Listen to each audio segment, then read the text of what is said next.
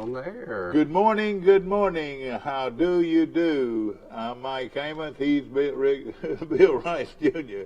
On today in L.A. Hope you're doing fine as we start today. The weather right now is cold, but they say temperatures will get as high as 70 degrees today.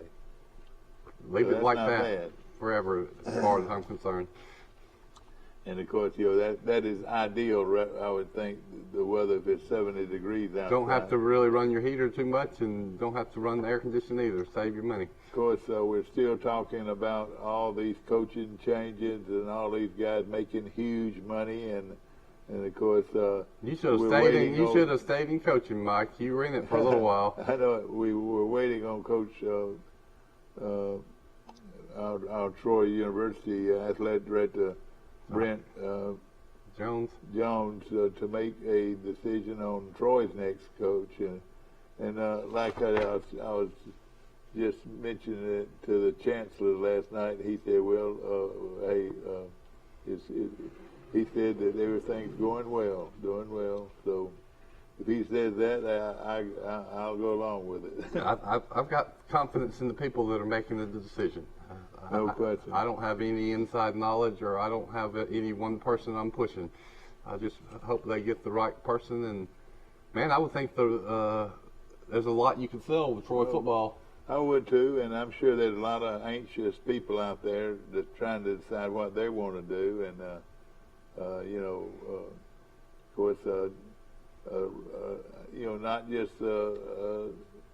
head coaches, but assistant coaches and coordinators. They don't know what's going to happen to them. I know if their guy gets hired, they'll probably take them with them. But if they don't get hired, they might not take them with them. I've read a lot about Coach Bryant. And looked at his last years for a book I was going to write, never wrote. And he was real sick his last year or two. Probably took a heroic effort for him to keep coaching. Exactly, yeah. But one thing I picked up on is he was real concerned about his assistants. With how would they be taken care of after he? Yeah, you're right. And I bet if you looked at it, Perkins probably didn't keep all a couple, near all of them. But Coach Bryant would have been trying to secure them help them get other jobs and land on their feet, which for the most part I think he did. Yeah. Of course, the Southeast Alabama Gas District, located in your hometown, Southeast Gas District, located in Andalusia, Alabama, and Greg and all you folks over there, we appreciate so much your helping us get on the air every morning. And we sure do. And of course, we appreciate the gas company, and of course we've got a wonderful gas company right here in Troy. Just got through buying, not me, I didn't buy one, but a friend of mine bought a grill from there. Really liked it a lot. Yeah, they've got. Well, he also, maybe it wasn't grill, it was the fireplace. And boy, they've got a great selection. They have some stuff you can buy there too. People forget that. That's what exactly. And they got good payment plans you can pay for them over time. No question about it. Of course, it's last night I went to see The Sound of the Seasons, and it was simply great. I mean, outstanding. And if you wanted to get Christmas off to a roaring start, it was a wonderful program last night at the Claudia Crosby Theater. A lot of good talented people. It was really fun. Well, we had somebody under the weather, or we were going to go, and we were excited about it, but we couldn't. We needed to make sure she's feeling better, and I think she's going to school this morning. But otherwise, we would have been there. Has everybody on Crow Hill got their lights on their trees yet? Most of them, I would say 75% of them already have it on there. Of course, we don't have a time limit or anything, but most people try to get their lights up. The Canes have their Christmas decorations up, in our neighborhood on Murphy Street. Oh yeah, beautiful, yeah. The kids love that, and they change it out for Halloween, Thanksgiving. Oh, yeah. And so Christmas is here when the Canes have their. I have stopped and talked to him on a few occasions, and he really knows what he's doing. He does a beautiful job. Nothing, you know, sometimes you can get too much, but he does it very well. We appreciate all their hard work. Okay, Michigan is, can you believe the polls here? I watched that last night, the unveiling of the top 6. Yeah, and Michigan moved into the top 4. And number 2. Well, you know, now they're number 2. Can you believe that? I can't believe that. I mean, I could understand them getting in, but not, that high. I discovered something traumatic this weekend, Mike. You know, all year I've been saying that I talked about my little bets I make before the season of how teams are going to do, and you can get odds of teams winning the national championship before the season started. And I could have swore I put $10 on Michigan. Would have got about 100 to 1 odds. So that'd be $1,000 coming to me. But I went back and looked, and I don't think I did. I just thought I did, and so that's like you know, that's a fun time. That bet was still alive and looking great. Auburn messed you up. You know, Auburn. Yeah, I had Auburn winning 7 games. And yeah. They should have won 7 games. You know, we've talked a lot about Alabama and their miraculous comeback and the fight they showed, but let's brag about Auburn. Yeah, you're right. 6-5. Their starting quarterback out. An embarrassing loss to South Carolina. Embarrassing loss to Mississippi State when you're up by 28 points, I think. And for most of that game, Auburn took it to Alabama and whipped Alabama at the line of scrimmage. So that says a lot about Auburn and Coach Harsin, I think. Yeah, and of course he down the stretch, and that's the way a lot of people look at it. And you know, not too good. But of course, should have won the Alabama game. They outplayed them all the way pretty much, and but that didn't happen. And now they'll go to a bowl game, and if they get a good bowl. Yeah, that's important to win on a positive note. Good morning, yeah, go ahead. Good morning. My name is Alexis Weeks. I'm the cheer sponsor for Charles Henderson High School. Yeah. And I was calling about our rib sale. Okay. So we're doing a rib sale this Saturday at the rec center. You can pick up a slab of ribs. Each slab is $25, and we're selling tickets ahead of time. So we'll have the total number by Friday. So you can contact me at 850-582-1681 to buy a ticket. Yeah. Or I guess, and if you lose that number, can they call the principal's office and they'll get you in touch with them? Yes. All right. Now, is this for the cheerleaders again? Is that right? Yes, it is. Same group we had the bake products the other day. Yes. Well, y'all did well. What was the final tally on that? It was about $2,300. $2,300 on this show other day. Now these we're talking about ribs and $25 per rib and per slab. Mm-hmm. Yes. And y'all gonna do the cooking? Yes, they'll already be cooked when you pick them up, and if you can't come pick them up, we can bring them to you. Okay, well that sounds good. And I tell you what, do me a favor, call us again on Thursday and Friday to remind us. Yeah. Okay. Sounds $25 per slab, and the proceeds, and you're not limited to how many slabs you want. Is that right? Correct. Yes. Okay. Well, we wish you a lot of luck, and do call us back at the end of the week, Thursday and Friday here. All right. Thank you so much. Thank you. Bye-bye. Bye. So that's to raise money for the cheerleaders at Charles Henderson High School, and as they prepare to go to some trips and so forth, they're looking at competing against some of the best teams in the state. You know, speaking of Charles Henderson, the teachers and students have been out of the 200 building all academic year. But my wife tells me that they're remodeling it. Oh, really? Okay. And it's about ready, and she's got a little sneak peek, and she says, Mike, we won't even recognize it. Oh, really? We'll go in there. That's something. soon the student, that's my wife's normal, that's the English classrooms, used to be the library, but that's no longer the case. So certainly by next semester, all the students will be in a beautiful new facility.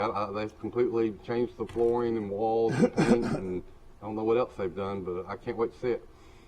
Okay, getting back to the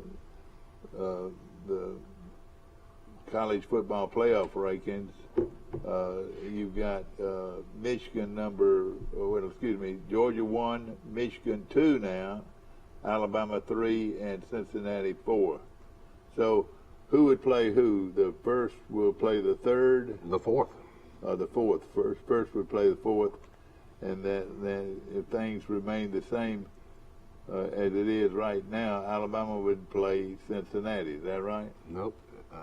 Alabama would play number 2. Alabama would play Michigan. Oh, okay, that's right. That's but it's not going. But we know it's not going to stay the same because Alabama plays Georgia. Yeah.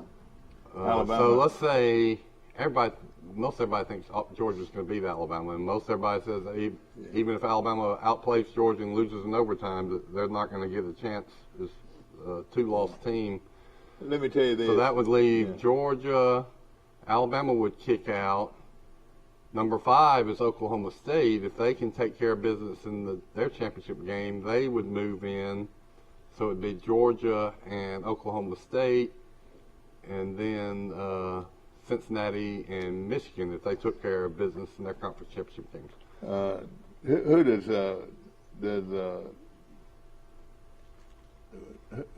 do they play? Cincinnati. They play Houston in their conference championship game. That's a pretty good team, Houston, too. I want to say they won, 9? They're 11-1. 11-1, so this is going to be a test for... I keep up with Houston because their cornerback is Marcus Jones. Yeah. That played his first year at Troy from Enterprise, and he's an All-American as perhaps a defensive back, but definitely the consensus All-American as a kick returner. Yeah. I watched a couple of games, and he won their biggest game against SMU. He ran back a kick 100 yards and 17 seconds left in the game. Right. Talk about the transfer portal. That's a player Troy would have liked to have not enter the portal. That's right. Exactly right. But so really, it's, in all seriousness, there's no real need to look at it right now. Next week is the time to look at it. And of course, I don't think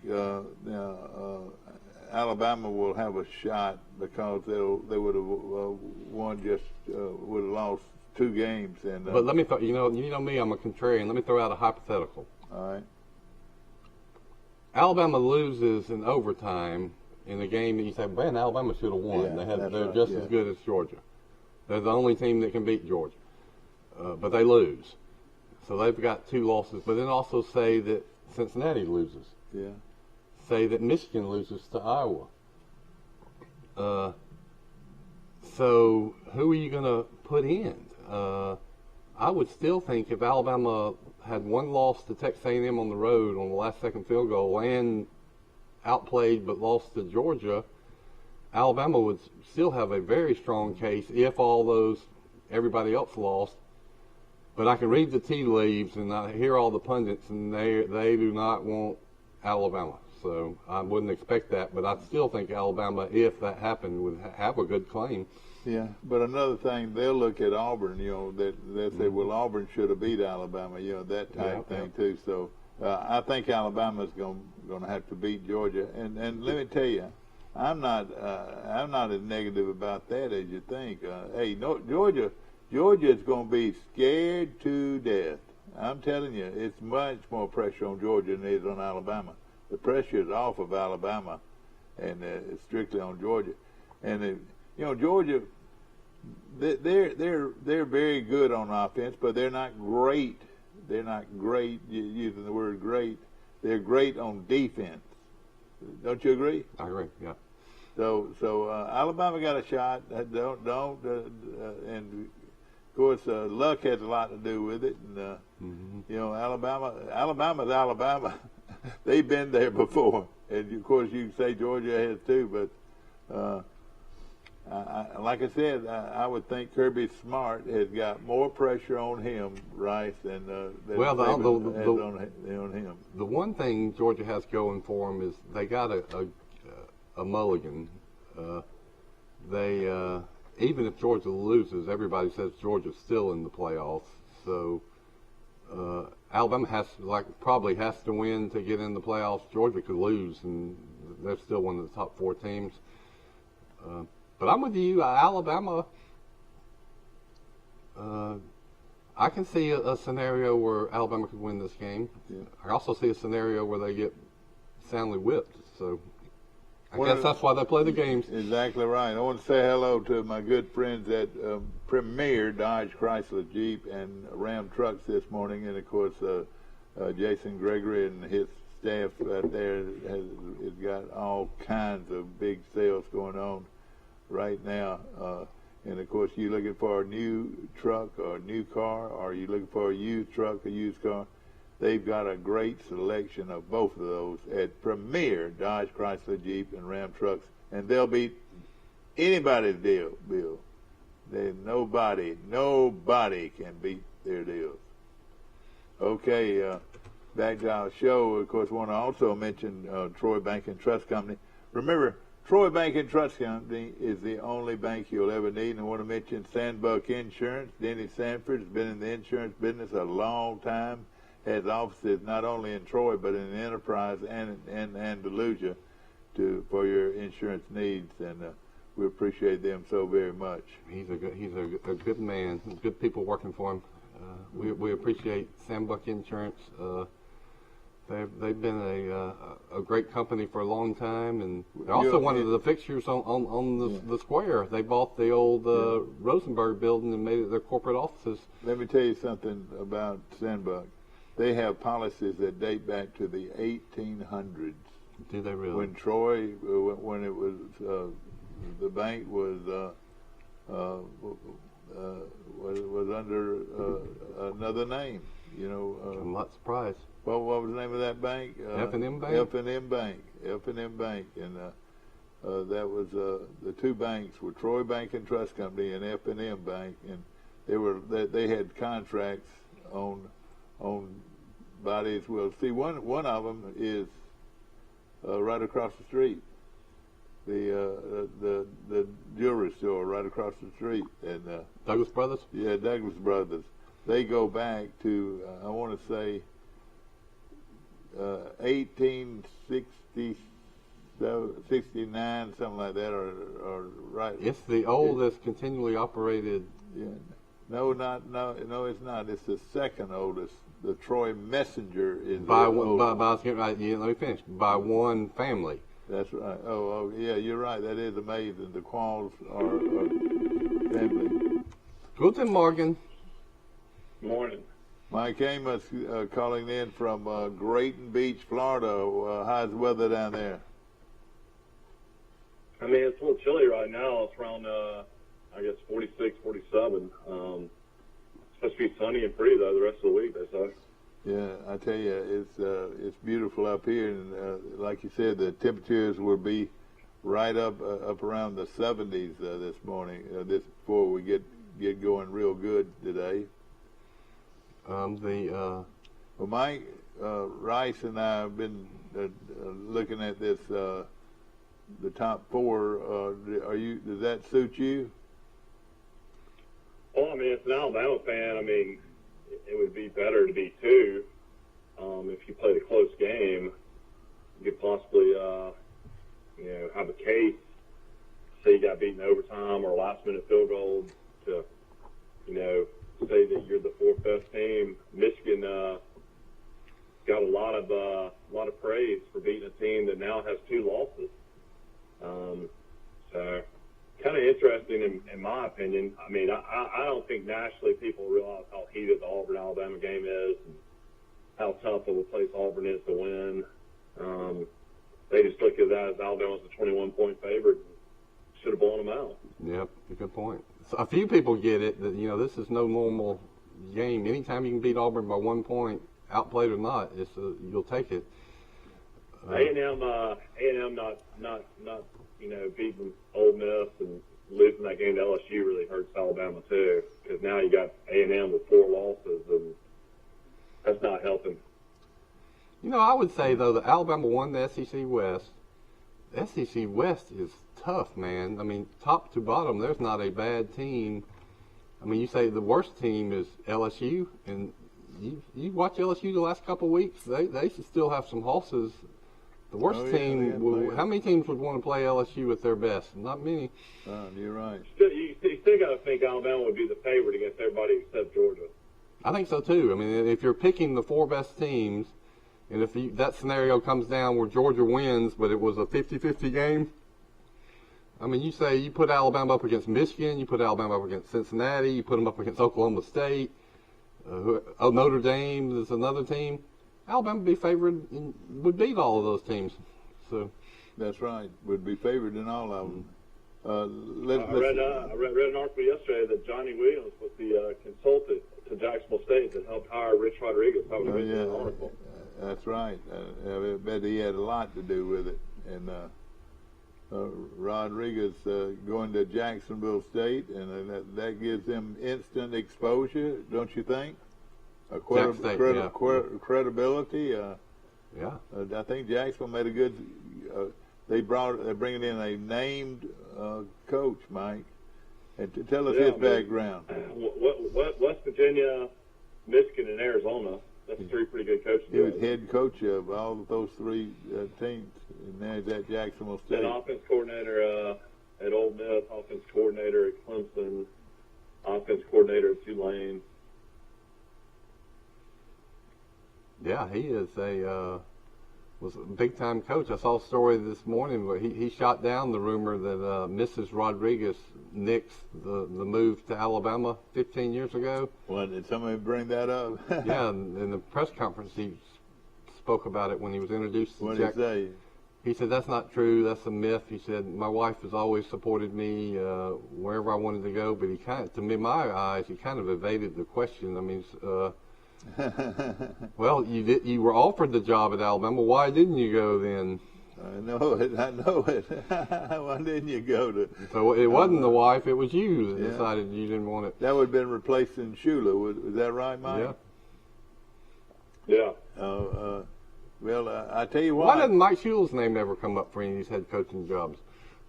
I know it. I'm sure everybody saw his deer in the headlight look when he was the head coach. Well, I'll tell you this.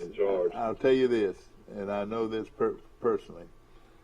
He was a fine young man. He was a fine young coach. He might not could have been a head coach right away, but if they had waited a little bit longer, I think he probably would have been a big-time coach. Well, he's matured now, and it is funny that he's everybody's forgot about him, but I think he would be worth a second chance. I tell you what, Mike. I think Alabama's happy to have Nick Saban. I think so, but I will tell you, he had his own, big games. We were at one of them, the Florida game. That was his big signature win. That's right. That was a bad situation with the pro throw. Pro throw. So even when they won going away, disaster still happened at the end of the game. Well, I mean, it's just you just can't leave a guy in late. Your starter's in late. That was just a poor decision on his part. Well, pro throw ended up being probably a late first round, second round pick. So, Mike, I will say this, that Jacksonville gets instant exposure. I mean, he's a well-known coach. He's going to get a lot of exposure every week. They're going to get a lot of exposure. Exposure is not a bad thing to have, especially when you're trying to recruit athletes. And Jacksonville State is off and running right now. Off and running. Jacksonville State, in 1AA, really probably had more success than Troy. They actually played in the national championship game. Yeah. Troy never made it to the national championship game. I think the best Troy ever made was the third round of the playoffs. That one at Marshall. Twice they made it to the semifinals. I tell you, Groff, their coach, I'm surprised he has not been hired somewhere yet. He's a pretty good coach. Yeah. Somebody said that he's a real family man, and he did that on his own, that he backed out on his own. You know, I know. If not, did they give him a severance? They giving everybody else severance. I don't know. I'd be interested to see what Rich Rod's going to make. Yeah. Oh, he's going to, hey, listen, it's got to be at least $1 million. Jacksonville's out at least $1 million. Because, I was reading a site yesterday that threw a name out, and I never even considered it. It used to be the hottest commodity in football, and apparently he's dying to get a head coaching job again, and would get a non-Power 5 job in a heartbeat because he wants to, make the jump back up again. It's Tom Herman. I read his name for the Troy job. Tom Herman. And let's see, he former, was at Texas. Ohio State offensive coordinator that beat Alabama in the national championship game. Then he had unbelievable, I think his teams at Houston got as high as number 3. Yeah. And then, he took the Texas job and kind of fell on his face, but he still won 8 or 9 games a year at Texas. Do you know, Yeah, let me tell you this, Mike. As a Troy fan, I would like that. You're exactly right. You open up a can of worms, my friend. Well, that was in an article yesterday that Yeah. to be a candidate for Troy. Yeah. Well, he's still a young coach, isn't he, Mike? How old would you say he was? 45 maybe. Yeah, he's still a young coach, and he's been paid a lot of money, so he doesn't. Who does he coach for now? Nobody. He's coaching for the pros right now. He is, okay. Well, Offensive analyst for the Chicago Bears. He's 46 years old. Yeah. And well, the thing about it though, he'd be if you saw that, it would be he's a definite stepping stone. Well, it would seem like to me it's step down for, because I bet he still thinks he can get a more prestigious job than Troy. But yeah, that's what I meant though. I think he would look at Troy as a stepping stone. As quick as he could get out of there, he would. You know what I mean? Mm-hmm. And I would think if you do what Neil Brown does, I don't know how Troy fans can be upset about that. Yeah. That's kind of what you're right. 10 games. In most cases, it would take him 3 years to develop that. Here's a name for everybody. Why don't we bring back Chan Gailey? Yeah. Mr. Conservative. I tell you what, he would coach to his dying day. He's the type of guy I don't think will ever give it up. And if Dr. Doug Hawkins was living today, hey, he'd probably be our next coach. Well, Chan Gailey would. He's the same age as Nick Saban. He could do it. He knows the lay of the land. Shoot, I would dance a little two-step if Chan Gailey came back to Troy. Well, I would be more happy with Mike Turk than Chan Gailey. I tell you what. I would be happy with Mike Turk, too. I tell you what, Mike Turk could do it, too. The big question is, what is Troy waiting on? I mean, it makes you think they got a guy coaching this weekend that's going to have the job that says, hey, I'll take the job, but I'm going to coach this weekend. I tell you what. Tim Lindsey got fired not this past Sunday, but the Sunday before. So, I mean, they've had plenty of time to interview people, I would think. Mike, look up Herman and see what his credentials are. Well, he hit the high point. He was the coach when he was hired at Texas. Mike Amos just opened up a can of worms. Mm-hmm. I'm going to tell you what, this guy was the guy. It pays to listen to Today in L.A. Before he went to Texas, he was the young coach. The guru, That's right. He was the guy. He was a Texas graduate assistant in 99, 2000. So he's got a Texas background. Is that right? Sam Houston State from 2001 to 2004. Texas State, which is in the conference, 2005, 2006. Rice, 2007, 2008, offensive coordinator. Iowa State, offensive coordinator from 2009, 2011. Ohio State, offensive coordinator from 2012, 2014. Houston head coach, 2015, 2016. Head coach at Texas from 2017 to 2020, and now an analyst for the Chicago Bears. Boy. But now, that I said just a while ago, I wouldn't want him to be always lobbying for a better job, but those people are. 54 and 22 as a head coach. That's not bad. There are a lot of intriguing names.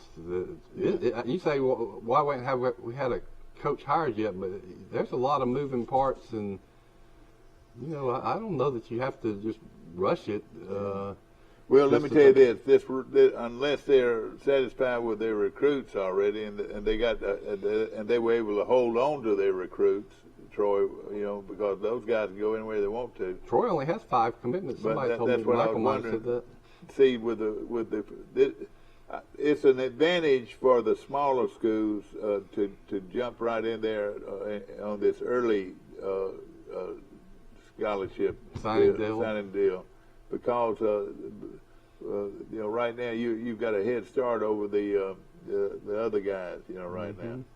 So I would think it would be very important that Troy try to get, and this is something they've tried to do every year since this rule, is to go ahead and get these guys early to commit, or no, excuse me, to sign. That's the key. Not to commit doesn't mean anything. Yeah, it doesn't. To sign, the early signing is what most schools like Troy try to do, to get a head start over the other guys. Steal some players. Yeah, exactly. And then they can weed out the folks that people have a commitment with, and a lot of the big schools have a commitment, not being as serious because they've got so many commitments out there. I will say though that it's got to be a mess now when in recruiting, when you've got your big board and you got your people you're looking at, and then all the people that are recruiting them might be gone. Yeah. And then you don't know how many high school kids you want, how many transfers you want. So it is there are advantages to going ahead and getting somebody in as fast as possible. One of my top 3 votes would go to Mike Turk. He's a proven head coach. I don't care. He's a ball coach. Don't you think one word that he couldn't coach in the upper college lanes. I don't think he'd be intimidated by the job at all. Not at all. And of course he brings a quality individual with a quality bunch of people around him. Let me tell you, if people would take a look at it, people around Mike Turk probably shine more than anybody in football. As far as quality people, that's no small thing. He's got a quality wife, quality family, cares about the kids. And has won everywhere he's been. That's another thing, too. Treats people well, but he can be firm, and he's a good football coach. This town would go crazy over Mike Turk. I think so. This town. I hope he's getting serious consideration. I hope he did. I was really pulling for him last time. I'll tell you right now, he would be a great one. He'd be a great one.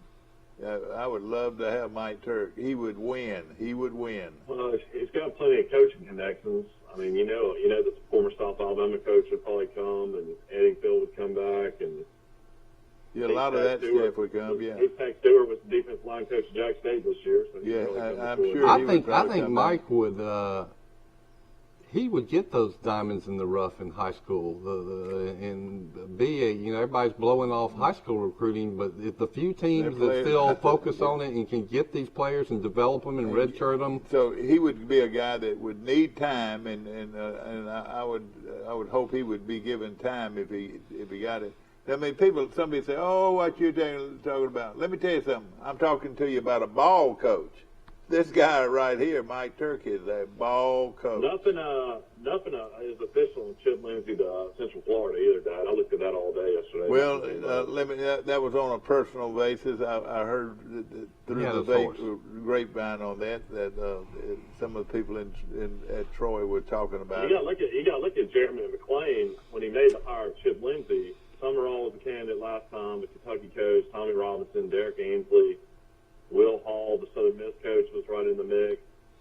But you got to realize, he saved Chip Lindsey. Chip Lindsey had been fired from Auburn as offense coordinator.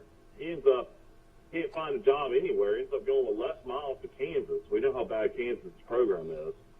And he had already moved to Kansas for like a month. And then he had a Troy job. So, I mean, that was no doubter he was going to leave Kansas to be the head coach of Troy, but didn't work out, unfortunately, for Chip. But it's going to be interesting to see which direction we go. I think I think we're going to go more of a splash hire. The longer this keeps on going on, the longer I think something it's going to be a little bit bigger than we think. And we don't know exactly if Chip got fired from Auburn because he and Gus. Yeah, Gus Malzahn were pretty good friends. I would think. No, he got fired from Auburn. They parted ways. Oh, they did. They parted ways. Okay. Yeah. Well, maybe that. I wonder. So it sounds like what you're saying is that Mike Turk didn't get serious consideration 4 years ago either. No, I've never heard Turk's name in the top 3 candidates at all. Should have. Only question is, are you leaning towards an NFL guy? Are you leaning towards a Derek Ansley who's having to coach the Chargers? Are you leaning towards a Jeremy Pruitt who has to coach it with the Giants? I mean, I just don't understand why Troy didn't hire the coach yet. Well, I tell you what, I look at that Turk deal, and it looks better to me than ever. We know what we're getting with Mike Turk. Another thing you would get is you would get somebody that wouldn't be looking for other jobs. Yeah, ability. He would be happy to coach until he was and 65 or 70 years old at Troy. How old is Turk? 55? He's my age. He's probably 56.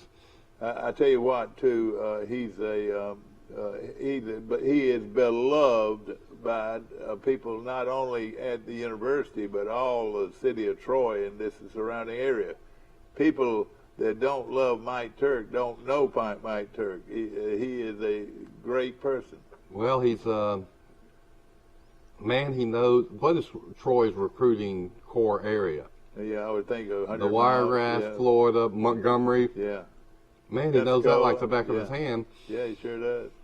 And could hire people that know it even better than he does, you know. He's got a lot of connections with Panama City Beach, I know. Yeah, exactly. Well, I hope if nothing else today that we're at least getting Mike on the radar. He gets an interview and they seriously consider him. Mike, what is Campbell doing now? He would be one of Mike Turk's choices for assistant. I imagine he sat the year out. He probably still getting paid by South Alabama. Yeah.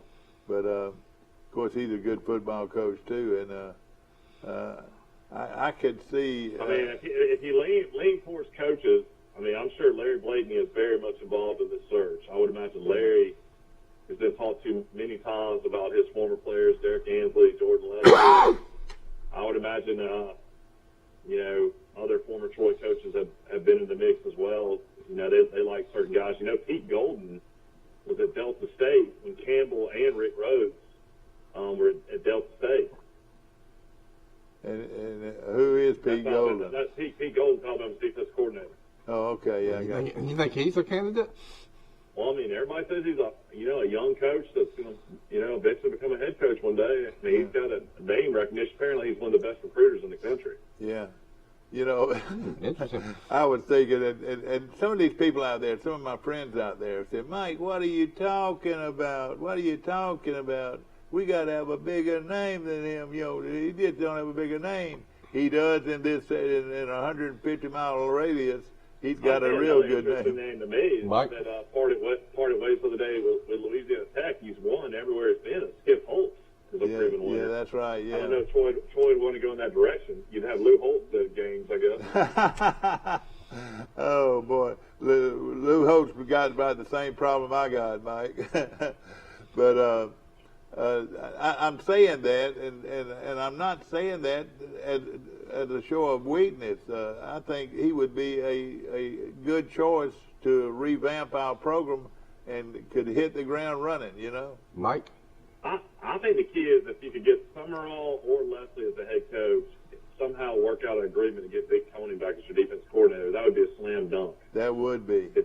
If Big Tony would somehow be in the mix. Yeah, that's right. I think Tony has served his penance, whatever his crime was, and I guarantee it was exaggerated. It was. If you read the article about it, and then the player that accused him of all that ended up transferring out. What the program was. He was done wrong, I tell you. He really He was. could not be a coach that good for that long and have be that. Racist. That's right. You're right. No question about it. Of course, we're doing what everybody else is guessing. doing. We're guessing just like everybody else. I think everybody's kind of getting antsy now. You're starting to see all these coaches getting hired and people getting jobs, and then more and more jobs are coming open. So oh boy! Like, when are we going to? Gotta get ready for recruit. Gotta get ready for recruit, man. It's all about players. Larry Blake always says. Yeah, that's right. And I think everybody's got to be able to recruit, no question about it. And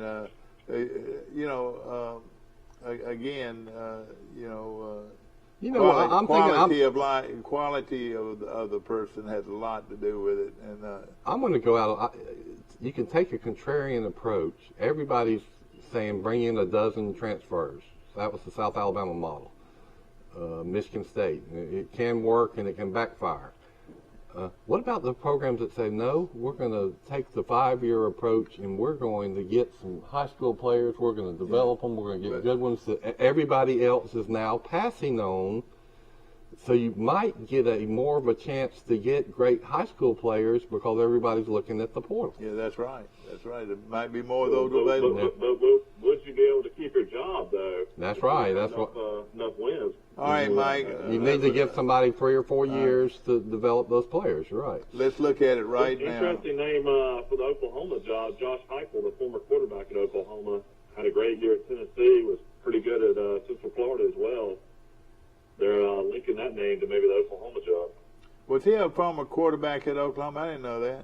Gosh, that would be a no-brainer for Oklahoma. He was a quarterback when Stoops won the national championship, I believe. I hadn't even thought about that. He was a Heisman Trophy candidate or winner at Oklahoma. That's his alma mater. I mean, could he pull a Lane Kiffin and coach at Tennessee 1 year and then bolt? For some reason, I didn't put him as being the former quarterback at Oklahoma. I thought he was one of those guys that didn't he doesn't play look like football. one today, but back in the day he was a good one. Yeah, but he looks like he enjoys a few buffets.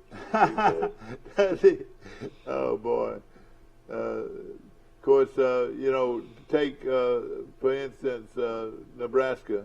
You talk about they've given their guy a lot of room to work, and they said he could coach 1 more year, man. And I hope he does, and I hope he wins.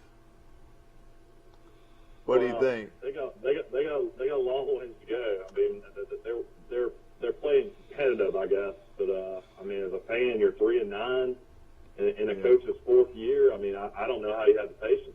Yeah, I know it. He is a beloved guy, evidently, because they have really had a lot of patience with him. And, it's unreal. Everybody looks at him, and it is a crazy statistic. You take the last 5 or maybe 7 games, they've lost less than 20 of them in 7 years.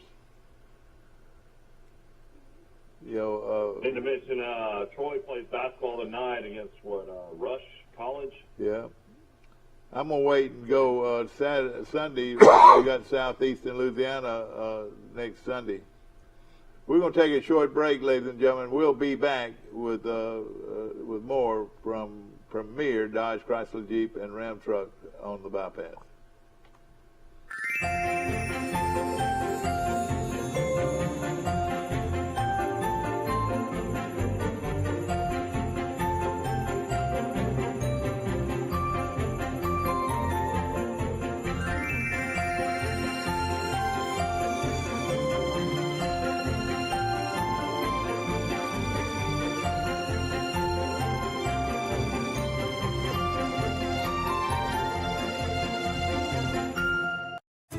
A personal touch, a high level of trust. Whether it's checking and savings accounts, personal or business loans, or our local friendly service. That's what Troy Bank and Trust customers expect. But now we offer more. Free identity theft protection for our new and existing customers, protecting your family's time, money, and good name from identity theft. Because protecting your identity is now a big part of our identity. Life is hectic enough without worrying if your lights will stay on or if if there's hot water for your child's bath. So count on natural gas to keep the energy flowing, even when the weather is unpredictable. Natural gas is always there to keep your home warm, showers hot, and food cooked to perfection. That's why America has relied on safe and affordable natural gas for more than 150 years. And we will be here for you and future generations too. You can count on natural gas from Southeast Alabama Gas District. Troy Cable Security Wi-Fi doorbell camera allows you to answer the door from your smartphone when you are at home, at work, or on the go. When a visitor presses the button, Troy Cable Security sends a live video feed to your smartphone so you can see, hear, and speak to the person at your door. With the doorbell camera, you can have your porch light turn on automatically when it detects motion at night to create the appearance that someone is at home. You can view video clips so you can always know who stopped by when you are out. Troy Cable Security. You love them, protect them. Join us live to watch your local Christmas parades on November 30th at 6:30 p.m. in Enterprise, Alabama, December 6th at 6 p.m. in Troy, Alabama, December 7th at 6 p.m. in Ozark, Alabama, and December 9th at 6 p.m. in Luverne, Alabama. On Troy Cable Channel 2. The university knows it, and we're still talking about Mike Turk off the air. And you know, he was a coach at Troy for how long? 15 years? Yeah. He was a long-time coach during some of Troy's greatest times, you know. He's a proven coach. I mean, I'll tell you, he hasn't won any national championships at Huntington, but they've been very competitive. Yeah. They make the playoffs all the time, and they win every year. I don't know how he does it. You know, and he must wear a million hats at a little school like that.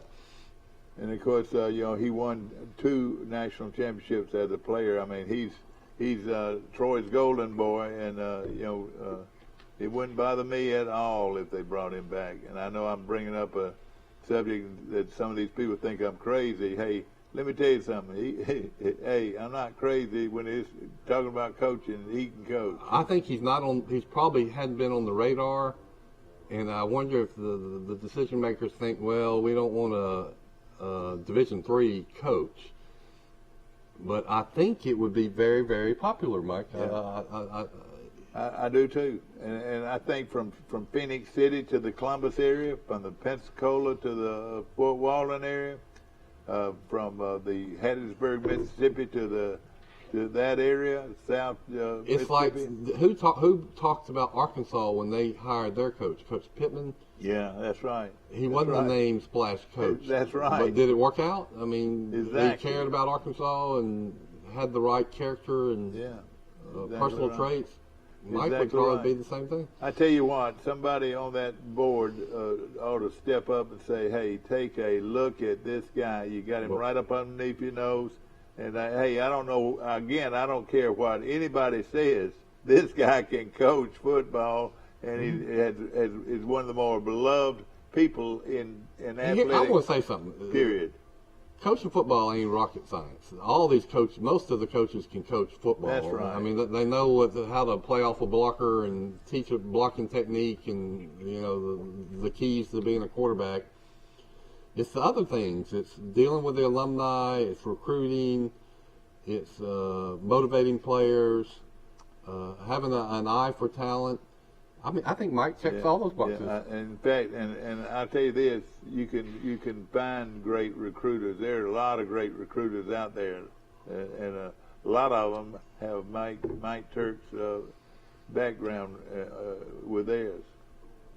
So. Well, let's see what happens. I've done what I think is the right thing, is to promote Mike Turk. If things don't work out with what they've got going now, take a look and let's give it a shot, Mike Turk. That's right. Maybe you have one home run guy that you've had your eye on, and maybe that doesn't work out. Well, you got a great fallback. Yeah. And this just the people that Tommy Robinson, you know, we've been talking about him. He is a Mike Turk disciple. You know, Derek Ansley is a Mike Turk. But Derek Ansley is a Mike Turk.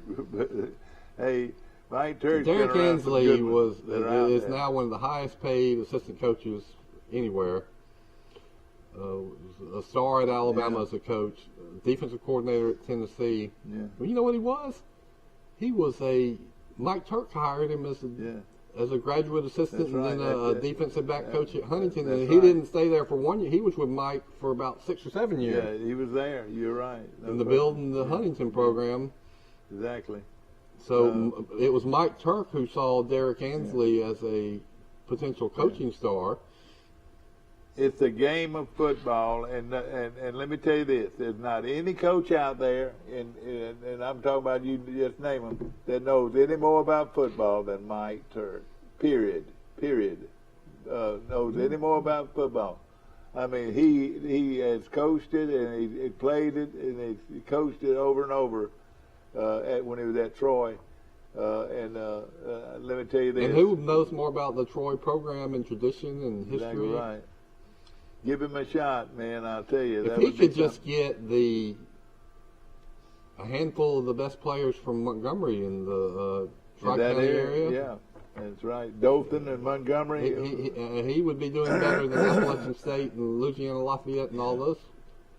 I mean, within a 2-hour radius of Troy is some of the best football players in America. Of course, we've got the latest news on John Summerall and Kentucky sports. They released an article yesterday. Summerall was one of Neil Brown's first hires at Troy. He served as Brown's right-hand man during one of the program's most successful 2-year runs. Summerall did everything but cook the pregame meal.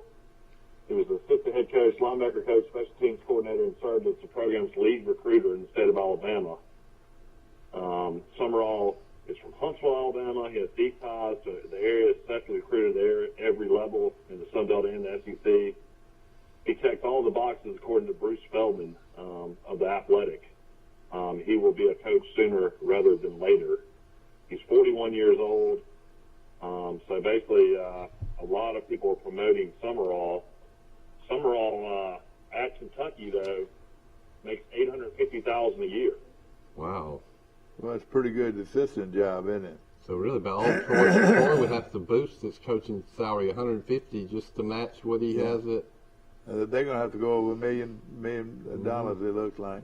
And don't get me wrong, I've been on Summerall's fan list for a while, and you're right. I loved him when he was here, and he's a fine man. He's a very intimidating man. I'll tell you. If you want a guy to look the part, he can do it. He's a good-looking, sharp young man with a wonderful family. And don't get me wrong, I would be for Summerall, but he sounds excellent. But if Summerall's not there, I just let's talk about the finance. Mike Turk. My question to that, though, if he's the guy, why is he not your coach already? Yeah, I know it. Yeah, that's he right. He probably thinks that he can wait a year or two, and after what Feldman wrote, he can get a Power 5 job. But let's say that Mike Turk. I don't know if this is inappropriate to talk about, but you don't have to pay Mike Turk $700,000. Mike Turk's probably getting paid $100,000 at Huntington. Pay him $400,000, and then you know what Mike Turk's going to do, and that $300,000 you're saving on Chip Lindsey, he's going to turn around and use it to get the best assistant coaches he can. To bring in those good assistant coaches. He'll get his money down the road when he proves himself. But and he could bring in Campbell. He could bring in. You can live like a king in Troy, Alabama, on $400,000 a year. He could bring back Mike. Bring back Shane Watson, probably. Shane Watson. Oh boy, yeah, you're right. Mm-hmm. And he and Shane. Fine, good people. I could bring Tommy Watson back. Yeah, and let me tell you what, he would go after the great recruiter, Mike, from Phoenix City, Alabama. I bet he might bring Nick Coning back as defensive coordinator. Yeah, he might do that. Yeah, there you go. Well, it's. I think when we're talking about it and hashing it out among ourselves, the more we talk about it, unless there's some scandalous stuff about Mike Turk we don't know, and there ain't. I don't think that's true. No, I don't either. Mike, I don't know. I feel like we'll hear something by Saturday, probably earlier than that, though. I mean, today's Wednesday. Shoot, could hear something later today. Don't you think doing something before the early recruiting time. There used to be people like Doug Hawkins used to have the ear of the decision makers. Mr. Beard, I don't know if he's still as active as he used to be. Dr. Hawkins, we all are friends with him. After the show, I guess we all just go. Yeah. We can just go walk in and talk to Dr. Hawkins. Let me say this: bigger and the bigger name is not always the right answer. And I've seen it at Troy over and over again. And they made a good decision with Brown. Troy's never really had a big name. Yeah. They've always hired assistants. Yeah, that's right. That's right. I tell you what. Homegrown people that you developed yourself. There's something to say for it. Yeah. Of course, we've got a lot of football left to play with Alabama and Georgia going at it Saturday, and all these. Tell us a little bit about those games, Mike. Yeah, Mike, what do you think? What's your first thoughts on Alabama and Georgia? I mean, I feel like Alabama's got a puncher's chance. If Robinson doesn't play, I don't like Alabama's chances at all. Trey Sanders is realistically a four-string running back, and then offensive line play just, it's been in disarray. It seems like ever since the A&M game, and I don't know. For some reason, I feel like Alabama could jump on them early because I feel like all the pressure's on Georgia. And if Alabama somehow gets the lead, and Alabama defensively, other than Arkansas, played pretty good football. I just feel like Alabama would have to get a lead early. I don't think if Alabama's going to be in comeback mode against Georgia, that they'd be able to win. I think Alabama's going to win. I feel like Alabama's got a chance because they got a chance against anybody. These guys actually play their best game. I think they've got a chance because of the tremendous pressure Georgia's under. Georgia's under pressure, in this situation. I think Alabama has a chance because. Yeah, he has, and I'm tired of people distance testing. Testing business has been awesome. He's very similar to like the Greg McElroy role.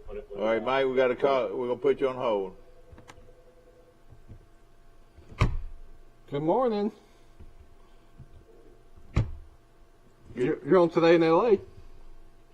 Yeah, this is Max Howell. How you doing? Hey, Max. Oh man, we got you at the right time, Max. We're talking about Troy's recruiting a football coach and talking about Alabama and Georgia in football. We got a lot going on. Mike's on the other line. Dad thinks Chris Rodriguez is a slam dunk hire at Jack State. I think he is. I think he comes from that kind of background. West Virginia is a country place, and Jacksonville's a big country place.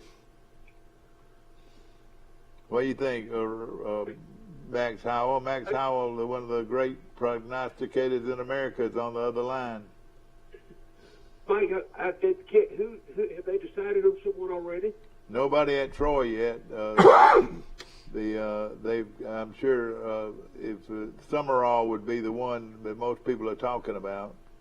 Yeah, I've heard. That's the name I've heard, even up here. And I think that from everything I know and found out about it, it sounds like a good choice.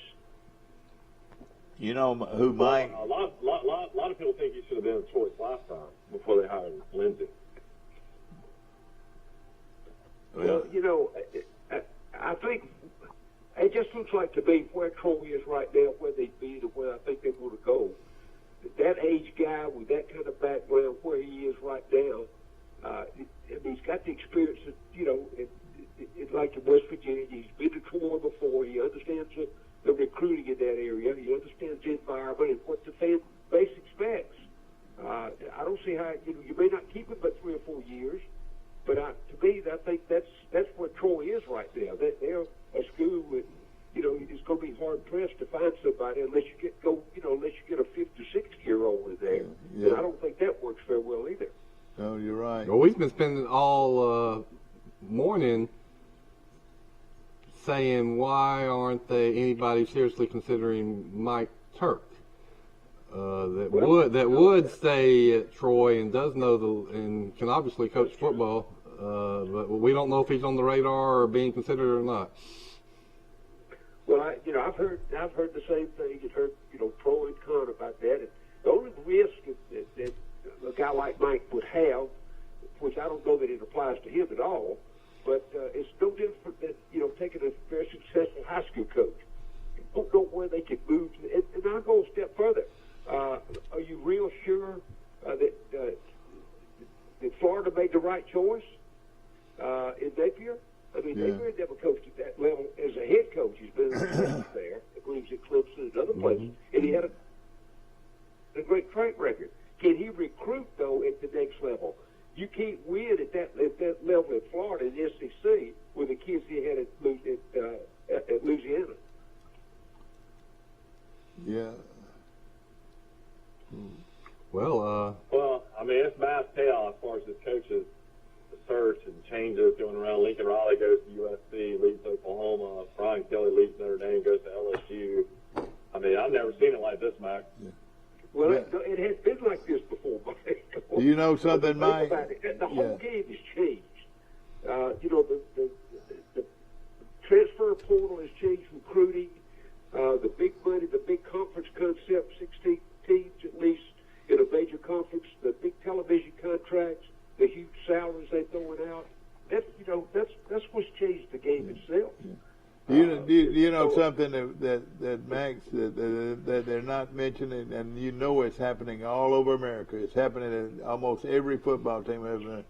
Is that offensive lineman, that guard, that big tackle or whatever, comes back to the dorm every night and says, I wish that guy would leave, talking about his coach. A lot of them don't like their coach. Mm-hmm. You think about it. There are a lot of disgruntled kids out there that don't like the guy that's coaching them. Isn't that right, Max? Mike, I can tell you this. Why do you think at what time the portal had between 2,000 and 3,000 names in it last year? It's because they hate their coach that's coaching them. Is that right? Yeah, I'm just telling you that here's the main. I think the cliche that you use. You recruit them to get them there, and you recruit them every day to stay there.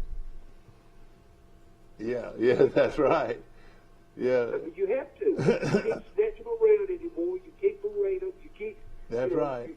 You got to be careful what you say to them. I'm telling you, it's a different world. Well, also though, I think there's a lot of them that they are happy that they leave. Yeah, exactly. Because they got this transfer portal. It's like free agency, and they say, we'll pick up somebody that's better than you, son.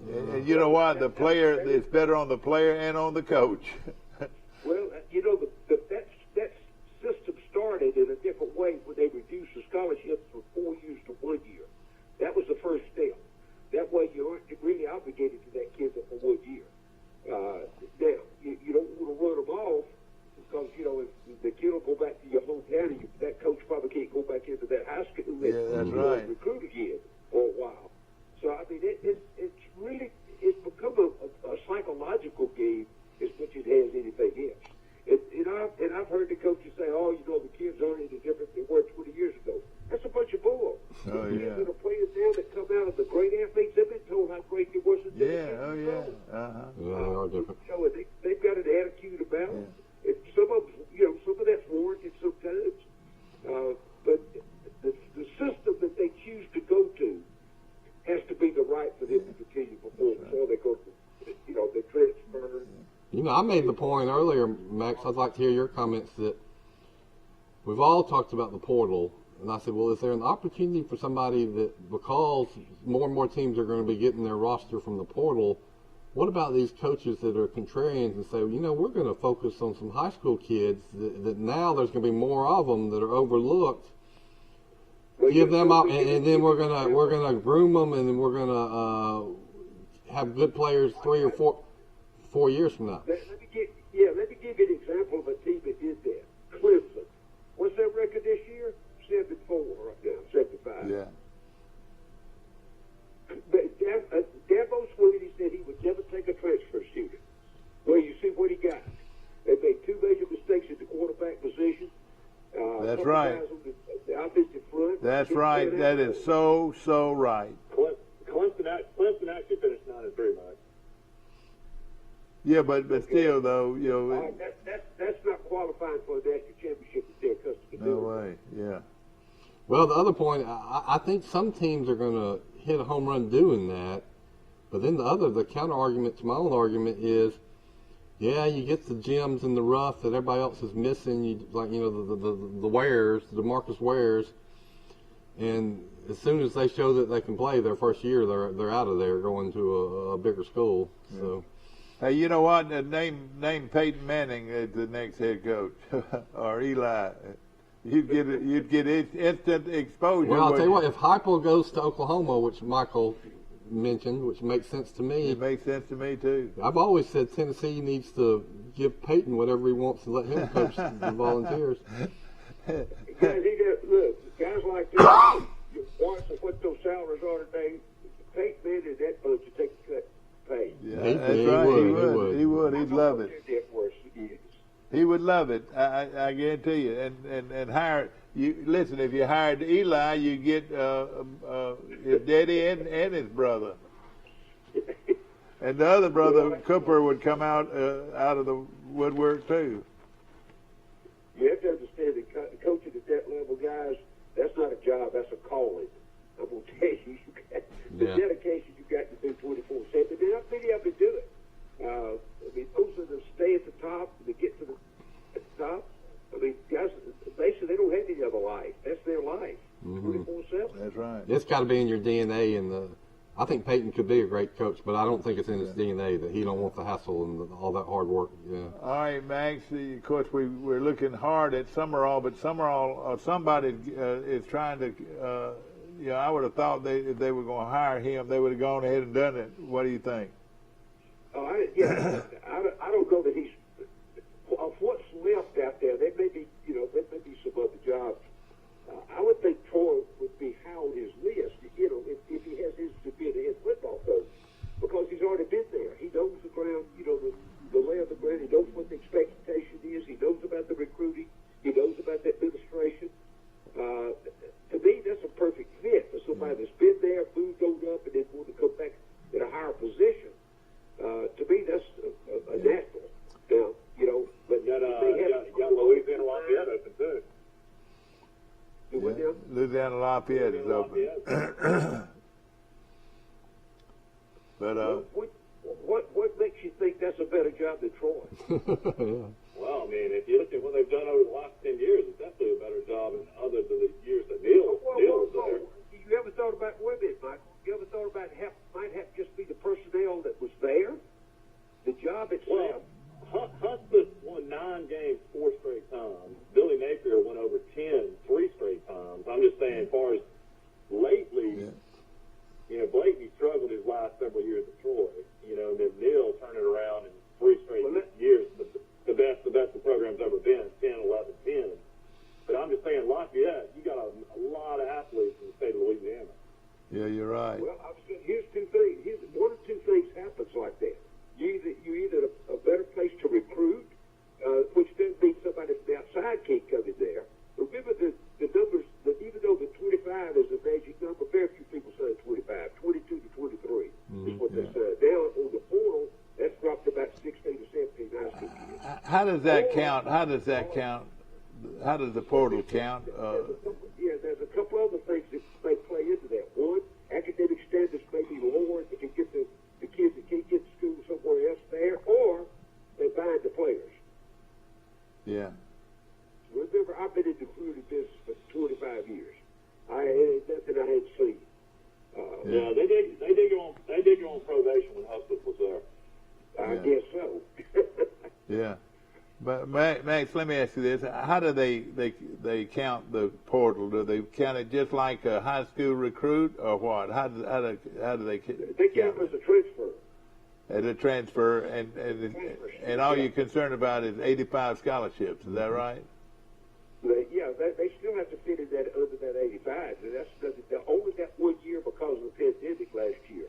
But that rule was just a 1 year rule. Yeah. That they could get an extra year. I think with the attrition in college football, there's very, very, very few schools that have 85 scholarship players. I mean, most of them, if you looked at Alabama right now, I bet they got 78. That's about right. That's about right. But again, how do you count it though? Do you count it? It comes in that naked number. The whole it's a composite. But it's not like a scholarship. It's not like. NCAA says 85 scholarship players in Division I. 85 to go more than 20 walk-ons. Okay. So, but like again, like I said though, how they gonna count it? They're gonna count it 10 high schools and 12 portal. They don't count it that way, Mike. They count it the total number. All right. 45, no more than 45, and or total at the top end 85. I tell you what, Max, I can see going portal all the way. I think they might find better players than going through the portal. Well, that's what Blake Anderson said yesterday on the radio. Blake Anderson got Utah playing in the championship game in the Mountain West against San Diego State. Blake Anderson was at Arkansas State for several years. He's 9-3. 11 of his 22 starters were former Division I transfers. He brought 8 guys, including his quarterback from Arkansas State, who transferred to Utah. I mean, he took the job at Utah State. Oh, boy. Look what he did in his first year. And you could see what happened to Arkansas State. You're exactly right. Yeah. You know, I was very surprised to see. Troy got a punter from Connecticut, and he had a great year. He might be the MVP of the team. And then the place kicker went 8 for 9 for field goals. He was a walk-on from Georgia that transferred in. The special teams actually helped Troy this year. You know, that guy, the punter from Troy that transferred to Alabama, I think he should have been the punter at Alabama. That Australian rules punter at Alabama has not been impressive. You talk about the targeting that Jamison Williams got. Yeah. You know why he got that targeting? Because it was the shank of a terrible punt. Yeah. We're going to have to go on break. We'll be back. At least he can hold for a field goal, though. Paul Bear Brown Tyson couldn't. Yeah, we'll be back in just a moment.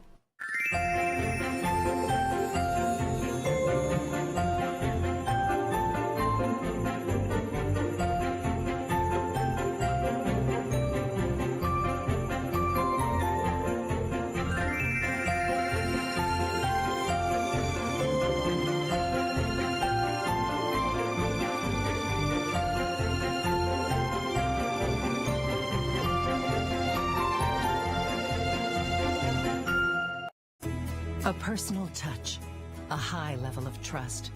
Whether it's checking and savings accounts, personal or business loans, or our local friendly service. That's what Troy Bank and Trust customers expect. But now we offer more. Free identity theft protection for our new and existing customers, protecting your family's time, money, and good name from identity theft. Because protecting your identity is now a big part of our identity. Life is hectic enough without worrying if your lights will stay on or if there's hot water for your child's bath. So count on natural gas to keep the energy flowing, even when the weather is unpredictable. Natural gas is always there to keep your home warm, showers hot, and food cooked to perfection. That's why America has relied on safe and affordable natural gas for more than 150 years. And we will be here for you and future generations too. You can count on natural gas from Southeast Alabama Gas District. Troy Cable Security Wi-Fi doorbell camera allows you to answer the door from your smartphone when you are at home, at work, or on the go. When a visitor presses the button, Troy Cable Security sends a live video feed to your smartphone so you can see, hear, and speak to the person at your door. With the doorbell camera, you can have your porch light turn on automatically when it detects motion at night to create the appearance that someone is at home. You can view video clips so you can always know who stopped by when you are out. Troy Cable Security. You love them, protect them. Join us live to watch your local Christmas parades on November 30th at 6:30 p.m. in Enterprise, Alabama, December 6th at 6 p.m. in Troy, Alabama, December 7th at 6 p.m. in Ozark, Alabama, and December 9th at 6 p.m. in Luverne, Alabama, on Troy Cable Channel 2. Who are we talking about? Back to our show, ladies and gentlemen, brought to you by Piggly Wiggly, one of my favorite grocery stores. Drop by and see Piggly Wiggly and say, "Cut me a steak," and they'll do it wonderful. We appreciate it. Coach got Max Howell on our line speaking to you from. Whoever the new Troy coach is, he'll open the season at Ole Miss to start his career next year. All right, yeah, we're gonna start our season by upsetting Ole Miss. And Max says that Kiffin now has been up to $8.2 million. Is that right, Max? Right. Yeah. Pretty good salary. Plus a house. Oh me! Now he's a single man too, isn't he? A house for a coach since Johnny Balt was there. And isn't he single? Isn't he a single man? Oh yeah. Yeah. I'd like to see how he's got that house laid out. Oh, pad. Yeah, exactly. Got a pad. Yeah, exactly. Of course, they're going to have to replace Corral at quarterback, so that's going to be interesting to see who they bring in from the transfer portal, probably. Max, there's talk about the defensive coordinator at Western Kentucky. I mean West Virginia is a former Troy linebacker and coach. And Jordan Leslie from Fulton, Mississippi, where you're sitting right now. Yeah, he played at Alabama. Yeah, that's right. I have not heard his name mentioned over the coaching circle. Yeah. But let me say this one thing, and Max, you know all about this. Something that he's very good at. He has great rapport with the junior colleges in Mississippi. He knows. I mean, that's what he's known for, is a Mississippi junior college recruiter. Mm-hmm. He was defense coordinator at Scuba. Yeah, but let me ask you this. Would you rather go the junior college route or the transfer portal? The transfer portal. You threw it right back in. Most of those kids have already been at Division I. Yeah. You still roll the dice on the junior college. Yeah. I wonder if the junior colleges put in there with the portal. They wouldn't be, would they? No, they're separate. Oh, see, the rules are a little bit different. It depends on where you trade. In Mississippi, if a kid graduates after 2 years, that's right. Every school in the state has to take it as a student. But that doesn't mean he can play, because NCAA has their minimum standards as well. But it also is a misnomer. If you're academically eligible and go to junior college, you don't have to even stay for one semester. You transfer out the first, if you're academically eligible for 1 year. Yeah. The people that go there normally aren't academically eligible. They That's right. make a test score or the GPA is too low. That's right. And if they have not graduated from junior college after 2 years, like he said, he just becomes a regular student, doesn't he? Well, yeah. I mean, that's he can go on. He go with us if he did. But if he didn't have the academic, if he graduates from this from the junior college in Mississippi, he can go to Southern Miss, he can go to Ole Miss or Mississippi State, enroll in school. But let's just say, even though he may have had a 2.0, that's the minimum he takes to graduate. 2.0 may not get him other than in the door. Because I had him sit in front of me sometimes a whole semester because we could get him in school, but NCAA wouldn't allow him that's to right. play. Or the individual schools, like the accounting department, all wouldn't take them because of GPA. Listen to this. He's got a bad cough. Oh, we got breaking news. Somebody just sent me a text. They said they saw Hugh Freeze, Max, at the Troy Waffle House. Oh, Let God. me just ask you this. I know Mike's all been all over Hugh Freeze for a long time. But let me ask you this. The guy just got a raise to $4 million. He plays in a league that he can win 8 or 9 ball games in every year.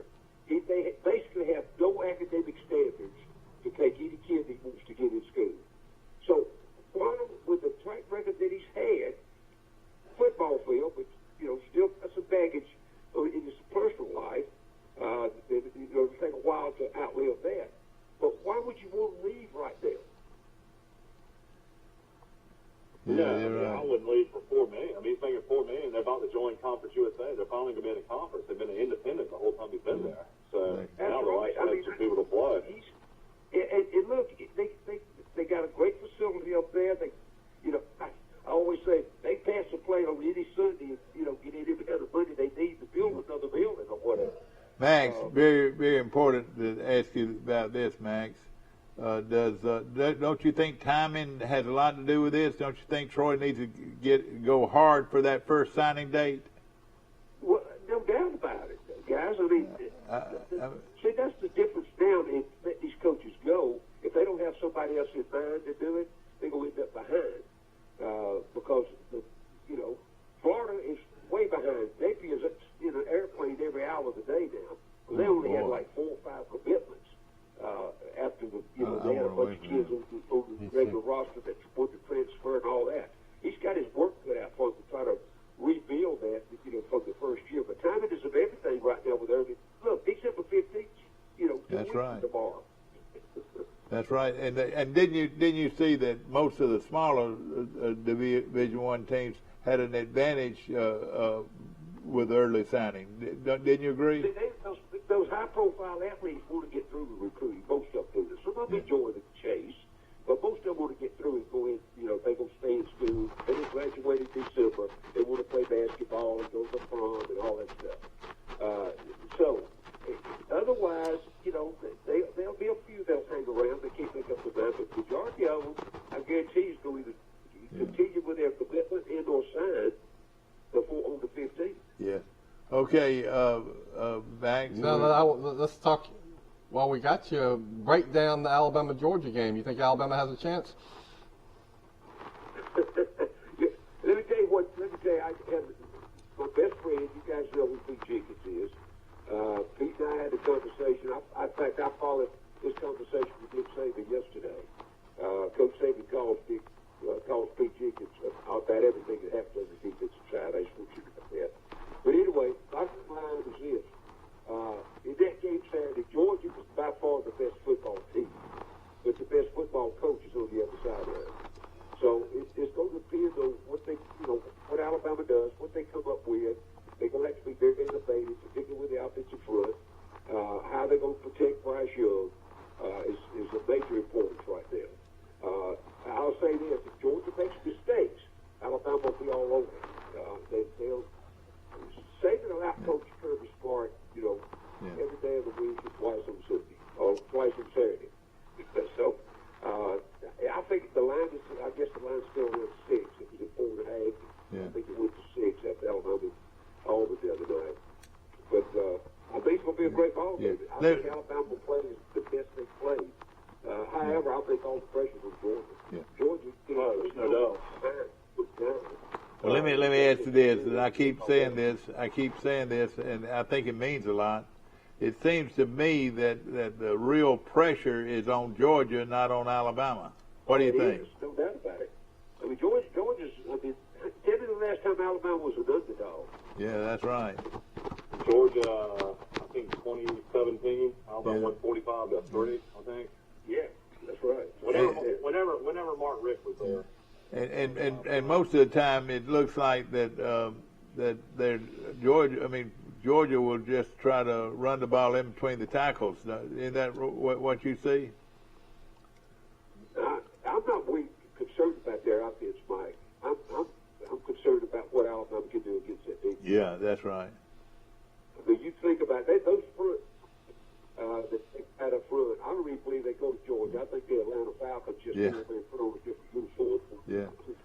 And they the sad thing about it, Max, they could send our guy to the hospital early, don't you think? Well, if they Young would be Young weighs 175 pounds. Those guys are 50. Yeah. Yeah.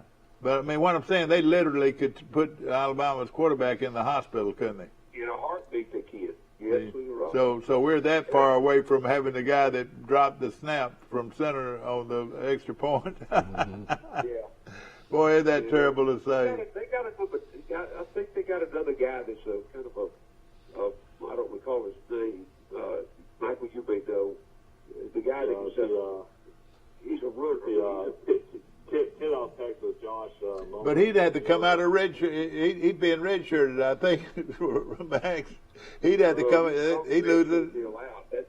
That system's almost dead. Yeah. Okay, that's right. Yeah. They might even play him at running back. Alabama, Alabama have some more running back depth. That's what I would do. Yeah. Well, I thought Trey Sanders did a decent job the other night. I mean, they didn't use him very much. He had a Heisman moment when he jumped at the defensive back and tried to tackle him. Yeah. That's another thing. Georgia's secondary, if they can protect him long enough, 3 seconds or more to throw the ball listen to this, Max. Listen to this. 1,001, 1,002, 1,003. Bang. Bang, bang, bang, bang. Before you would have to try to go unbalanced line, and throw to that side. That's right. Yeah, actually, especially the way those that guard and tackle are on the right side. Yeah.